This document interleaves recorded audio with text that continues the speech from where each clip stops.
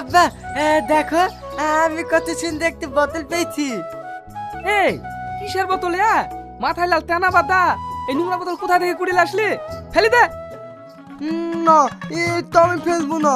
এ তো করে আমি তুলে পানি পড়লে যাবো। এই ফেলাকে।